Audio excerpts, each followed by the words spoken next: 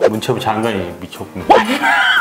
시대가 지금 어떤 시대인데 지금 애들이나 패고 말이야. 패고 말이야. 모른 척하고 그럼 돼야 안 돼. 왜 야구 선수가 특히 햄스트링 부상이 많으냐? 공통적으로 말씀하신 거는 사실 원인은 올 시즌 햄스트링이 급증한 원인은 코로나를 무시를 할 수 없다고 하시더라고요. 왜냐면 예방할 수 있는 방법은 한 3개 정도로 말씀을 해주셨어요. 제가 오늘 똑똑해보려고 안경도 쓰고 나가고 빨리 해봐. 라떼 라떼 라떼 라떼 꼰대 라떼. 미쳤나봐. 진행하시죠, 진행자님. 문체부 장관이 미쳤구나.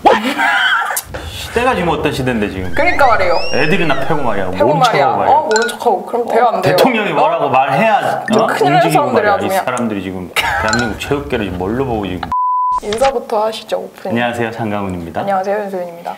이번 주 주제를 고민을 하다가 네. 이제 장마가 시작이 돼요. 비가 옵니다. 7, 8월엔 더블헤더가 없지만 장마 때문에 들쑥날쑥하죠. 그쵸. 중위권 경쟁은 치열하죠. 치열하죠. 장마 끝나고 폭염이 오고 태풍이 올 때쯤이면 9월이야. 그러면 더블헤더를 하겠지.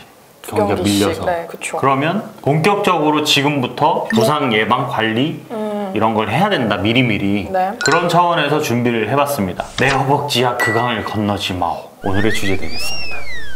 햄스트링 부상 관련해서 얘기를 하겠다는 뜻입니다. 맞아요. 네. 김선빈 선수가 다쳤어요. 또 다쳤어요. 2번째 다친 거예요, 지금. 조금 안 좋았는데 네. 지난번에는 그냥 약간 염증이었고 이번에는 찢어졌어요. 네, 다친 데를 또 다쳐가지고. 네. 원래 때린데 또 때리면 아프거든. 그러니까. 잘 안 낫거든. 안 낫거든. 기한 류지혁 선수도 지금 빠져있고 주전이 지금 둘이나 나가가지고. 김선빈도 네. 빠져있고 그래서 매일 커요. 고난의 행군인데 다른 팀도 상황이 뭐 비슷해요. 맞아요. 네. LG도 보니까 김민성 선수도 허벅지 아프다 그러고 박용택 선수도 그렇고 네. 삼성의 백승민 선수는 1군에 올라와서 하루 만에 네. 햄스트링 다쳐서 내려가고 부산도 많이 다쳤었어요. 이현승 선수 최근에 이제 복귀했고 플렉센도 좀 허벅지 아팠다 그랬고 오재원 선수도 이거 뭐 고질병이야. 줄줄이 뭐 말하자면 끝도 없는 상황인데 지금.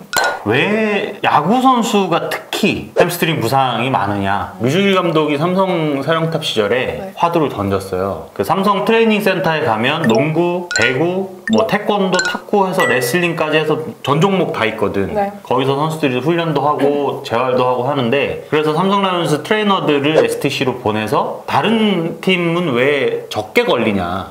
햄스트링 알아봐라. 훈련법이 독특한 게 있으면 해보자 했는데 효과가 없었어.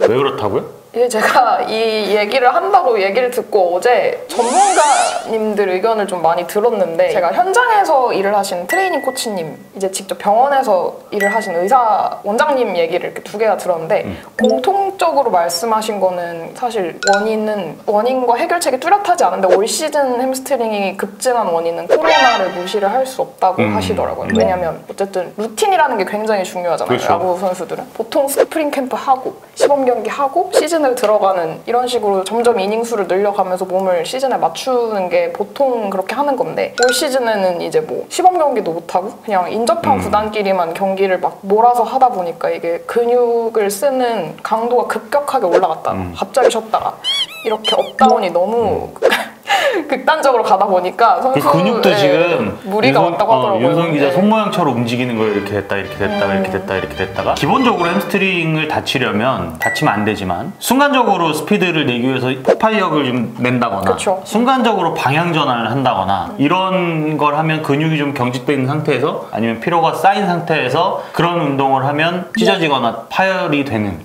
네. 그런 상황이 발생을 해요. 근데 야구는 기본적으로 그런 스포츠야. 주로 플레이를 하게 되니까 라면 사러 가는 것처럼 이렇게 가다가 공이 빠졌어. 갑자기 뛰어야 되잖아. 그 방향도 전환을 해야 되잖아. 맞아요. 그러다가 2루 거의 다 왔어. 이제 속도 좀 줄여볼까 했는데 외야수가 공을 뒤로 빠뜨렸어. 그러면 또 돌아서 3루까지 또 스타트를 해야 되잖아요. 그러면 온다. 그래서 3루 가다가 다치는 선수가 올해 특히 많았어요. 의학적으로 햄스트링을 다치는 원인을 분석을 해보면 그런 동작들에서 오는 현상이 많다. 네, 트레이닝 코치님께서도 급 출발, 급 브레이크 할 때 햄스트링을 가장 많이 쓴다고 하더라고요. 그때 이제 손상이 많이 가가지고 올 시즌에는 그래서 더 늘어난 거라고 얘기를 하셨는데 문제는 뚜렷한 해결책이 없다는 게 문제인데 그래도 예방할 수 있는 방법은 한 3개 정도로 말씀을 해주셨어요. 원장 선생님께서. 제가 오늘 똑똑해보려고 안경도 쓰고 나가고 빨리 해봐. 어쨌든 가장 중요한 거는 유연성을 늘리는 게 가장 중요하다고 하시더라고요. 유연성을 늘리는 방법이 뭐가 있을까요? 유연성은 사실 좀 타고나요. 저처럼 유연한 사람들은 유연해요? 타고나요. 나 엄청 유연하지 내가. 몸은 이래도 이런 사람들이 깜짝깜짝 듣고 어떻게 하죠? 유연성을 올리려면? 이강철 감독이 대학교 졸업하고 해태에 딱 입단했을 때 일어선 상태로 무릎을 편 상태로 허리를 숙이면 네. 손이 땅에 안 닿았대요. 엄청 뻣뻣한 거 아니에요? 엄청 뻣뻣한 거지. 근데 해태 당시에 뭐 선동열, 조계현, 김정수 이런 투수들은 그냥 앉아서 다리를 이렇게 벌리면 180도가 가더래. 오. 이 상태로 옆구리가 무릎에 닿더래. 엄청 유연한 건데? 그걸 해야 경기를 뛸 수 있을 것 같은 거야. 어린 신인 투수 이강철의 그쵸. 생각은. 그래서 옆에서 계속 같이 했대요. 선배들이 눌러주기도 하고 당겨주기도 하고 그러면서 그걸 생활화하다 보니까 어느 순간부터 유연성에서는 둘째 가라면 서러운 투수가 돼 있던 거지. 더군다나 밑으로 던지잖아요. 그러면 고관절, 골반, 무릎 유연성 분명히 필요하거든요. 그래도 이강철 투수가 롱런을 할 수 있었다. 오래. 스트레칭을 생활화하면 된다. 근데 그냥 하면 좀 심심하잖아요. 네. 그래서 또 물어봤지. 사우나 중독자들 되게 많거든요. 야구 선수 중에 엄청 많이 선수가. 가던데? 근데 그게 단순히 따뜻한 데 가서 있겠다는 게 아니라 네. 훈련의 일환으로 사우나를 즐긴다는 거예요. 온도가 높으니까 근육이 이완이 되겠죠? 그쵸. 이완된 상태로 스트레칭을 하면 경직돼 있을 때보다는 좀 더 늘어나겠죠? 근육이? 네. 그럼 부드러워지지? 그걸 또 생활화를 하는 거야. 매일 사우나를 가서 거기서 스트레칭을 하면서 경직돼 있던 근육도 좀 풀어주기도 하고 이완된 상태에서 근육의 유연성을 강화할 수 있는 스트레칭들을 해주면 몸이 조금 부드러워져요. 부드러우면 강함을 이기잖아? 네. 이런 거랑 비슷한 맥락이긴 한데 근육 강도를 조금 줄이는 것도 해결책 중에 하나라고 하셨는데 최근에 이제 프로야구에서 벌크업이 한창 유행을 했었잖아요. 그럼 이제 근육이 세지게 돼서 그런 경우에는 막 파워풀한 힘을 갑자기 주게 되면 오히려 손상이 배로 올 수도 있다고 그렇죠. 하더라고요. 그래서 요새 트레이닝 코치님들이 강조를 하는 건 햄스트링을 주동근 운동으로 하는 게 아니라 막 예를 들어 뭐 엉덩이나 뭐 복근 이런 거를 주동근 운동을 하게 되면 햄스트링은 부수적으로 이렇게 받쳐주는 운동을 하게 된다고 하더라고요. 그래서 그런 식으로 좀 보조 운동을 하는 거지 햄스트링만 갖고 운동을 한다고 이런 거는 안 하는 식으로 요새 그렇게 추세를 좀 바꿔가고 있다고 하더라고요. 예방하려고. 뒷다리 스트레칭을 하루에 2, 3분씩 꾸준히 해주면요. 다리 뒤쪽 근육을 풀어주면 네. 수명이 늘어난다는 연구 결과가 발표가 됐어요. 왜냐하면 혈액순환이 잘 돼서 네. 심장이 좀 탄탄해진다. 이런 연구 결과 그 일환으로 뒤쪽 근육을 풀어주고 네. 늘려주고 하는 운동을 많이 해야 된다라는 이야기고 또 하나는 벌크업 이야기를 했는데 LG 김용일 트레이닝 코치도 같은 이야기를 했어요. 벌크업 하면 기본적으로 산소를 줄여주는 역할을 해요. 벌크업이라는 운동 자체가 네.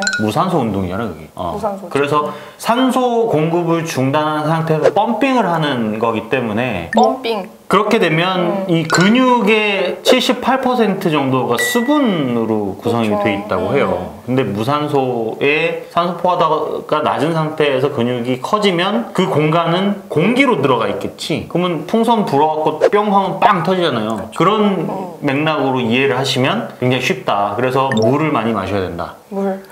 수분 섭취를 충분히 하고 경기 끝나고 그 다음날 훈련 시작할 때까지 얼마나 잘 쉬느냐 그것도 굉장히 맞아요. 중요하다고 잘 해요. 쉬는 지금 것도 중요해요. 다시 뭐 체력을 하거나 뭐 그럴 수는 없잖아요. 네. 본인이 각자의 루틴을 맞춰서 휴식을 얼마나 잘 하느냐 그것도 되게 중요하다고 하더라고요. 또 여름이라서 무리가 많이 오는 시즌이 왔기 때문에 100% 예방은 할 수 없겠지만 어쨌든 근데 오늘 너무 전문적인 얘기를 해서 구독자님들 도망가시는 거 아니에요?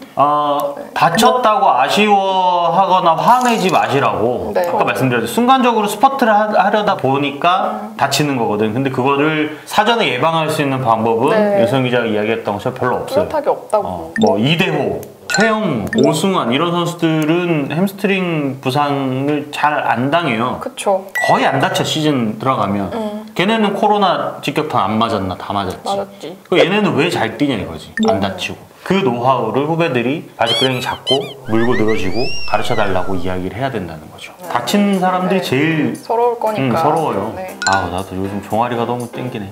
일이 너무 많아요. 애들이 일을 하네. 애들이 마치겠습니다. 안녕. 감사합니다. 다음 주에 봐요.